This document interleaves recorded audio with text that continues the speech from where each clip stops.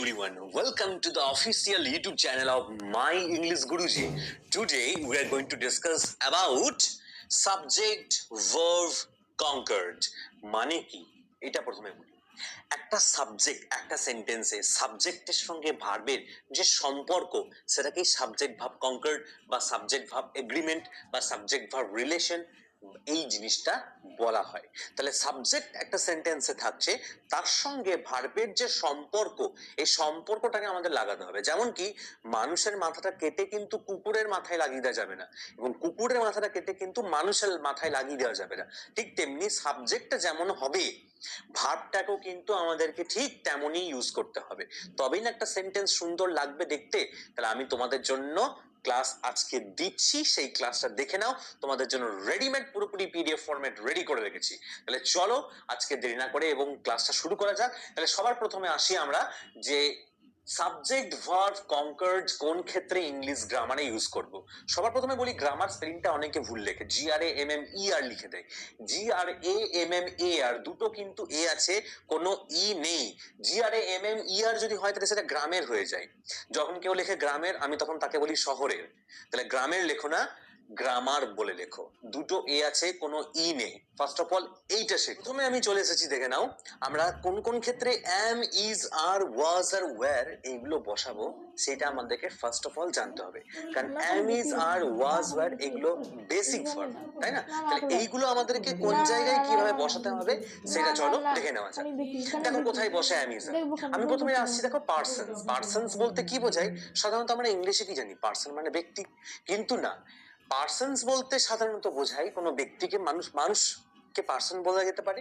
কোনো বস্তু, বস্তু বলতে কি, যেমন আমার ঘড়ি দেখতে পাচ্ছ, এটাকে আমি পার্সন বলতে পারি। তার সঙ্গে কোনো স্থান বা কোনো জায়গাকেও কিন্তু পার্সন বলা হয় ইংলিশে। ওকে, বেশ, এবার দেখে নাও কি কি পার্সনস আছে আমাদের। ফার্স্ট পার্সন, সেকেন্ড পার্সন এবং থার্ড পার্সন। ফার্স্ট পার্সন ওই প্রথম পুরুষ, মধ্যম পুরুষ, উত্তম পুরুষ আমরা একদমই ওইভাবে শিখবো না, কারণ ওইভাবে শিখলে ঠিকঠাক মনে রাখা যায় না। ফার্স্ট পার্সনটাকে আমরা ফার্স্ট পার্সন হিসাবেই শিখবো, সেকেন্ড পার্সনটাকে তাই, এবং থার্ড পার্সনটাকে। দেখো ফার্স্ট পার্সন হচ্ছে আই উই, যদি ভুলে যাও বারবার করে বলো I we, I we, I we, I we, I এরকম করে বলো, দেখো মনে থাকবে। নেক্সট দেখো সেকেন্ড পার্সন। সেকেন্ড পার্সন কি ইউ, ইউ মানে তুমি, আর ইউ মানে কি তোমরা, এটাকে সেকেন্ড পার্সন বলা হয়। আর থার্ড পার্সন কোনটা? থার্ড পার্সন হচ্ছে হি, শি, ইট আর দে। এটা যদি মনে না থাকে তাহলে একটা মাথার মধ্যে কল্পনা করে নাও, একটা বাচ্চা ছেলে কি করছে, সে হিসি করছে। কি করছে সে? হিসি করছে। কোথায় হিসি করছে? ঠিক ইটের উপর হিসি করছে। আর পাশ থেকে ধরো রাজমিস্ত্রি বলছে দে দে দে দে, ইটটা দে। তাহলে হি, শি, ইট এবং দে এগুলোকে থার্ড পার্সন বলে দেওয়া হয়।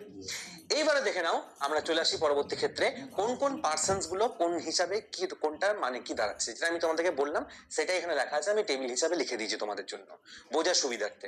পার্সনস দেখে নাও, পার্সনস হচ্ছে সিঙ্গুলার এবং প্লুরাল। সিঙ্গুলার মানে তোমরা সবাই জানো একটা, যদি নির্দিষ্ট করে বা যদি একটাকে বোঝানো হয় তবে সেটা সিঙ্গুলার, এবং যেটা একের বেশি সেটাকে অবশ্যই কিন্তু প্লুরাল বলে দেওয়া হয়। তাহলে ফার্স্ট পার্সন দেখে নাও, আই মানে আমি, উই মানে আমরা। নেক্সট দেখো সেকেন্ড পার্সন, ইউ মানে তুমি, আর ইউ মানে কি তোমরা। তুমি যদি থাকো তাহলে তোমরাও আছো, সেই জন্য এটা ইউ প্লুরাল। আর আমি যদি থাকি তাহলে আমরার মধ্যে আমি আছি, যেমন আমরা স্কুলে যাই, আমরা স্কুলে যাব, তাহলে এর মধ্যে নিশ্চয়ই কি আমি তো আছি, সেই জন্য আই এবং উই কে ফার্স্ট পার্সন, ইউ এবং ইউ কে সেকেন্ড পার্সন, এবং দেখে না থার্ড পার্সন কি কি আছে, শি।